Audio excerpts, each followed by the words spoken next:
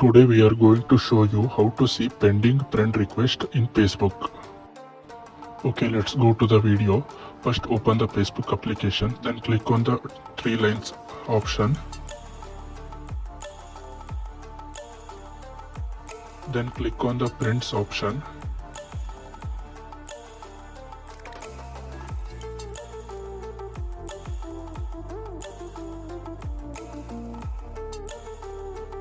Then click on the friend request option. Then click on the upside three dots.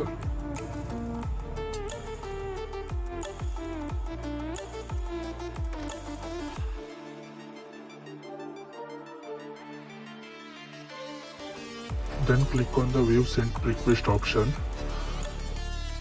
Now you will saw the pending friend request you sent. You can easily unfriend your pending friend request, and don't forget to subscribe my channel.